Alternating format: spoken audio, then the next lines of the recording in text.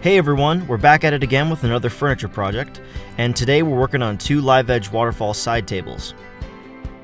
Right now I'm just going to do some pre-cuts on the slab, so it makes it a little bit easier to load and offload the slab onto the table saw. We got Cole here cleaning out some of the checks, and he's going to be mixing up some black ice epoxy to pour in the cracks to fill some voids.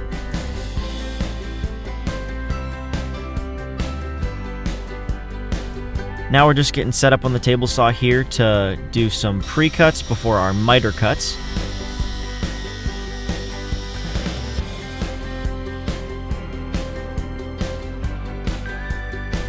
Sometimes there's extra splits and cracks in the wood, so we just have to peel some pieces off so we can hit it with the grinder and our sanders to clean up the live edge there.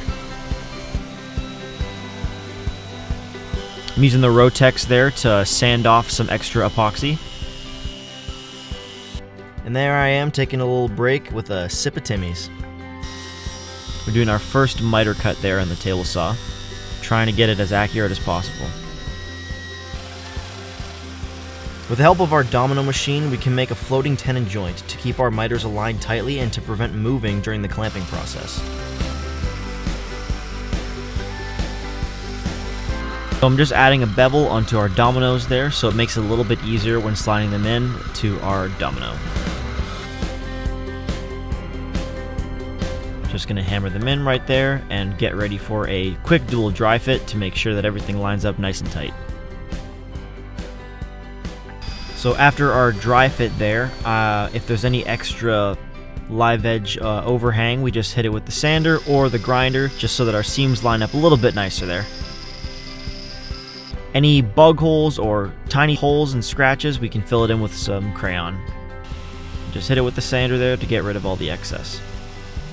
After sanding the interior angles, I'm just going to add a little bit of tape there to prevent any glue dripping onto our finished side.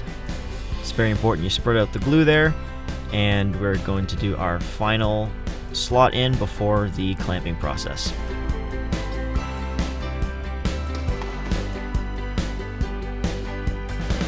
So once all the glue is dried, we're going to hand it over to Cole for the final sand on the outside panels there.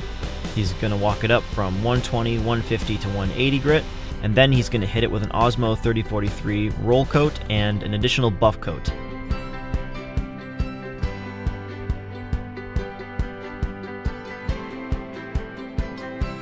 Making sure that we hit all of the live edge there, we want to make sure that the finish is evenly spread out.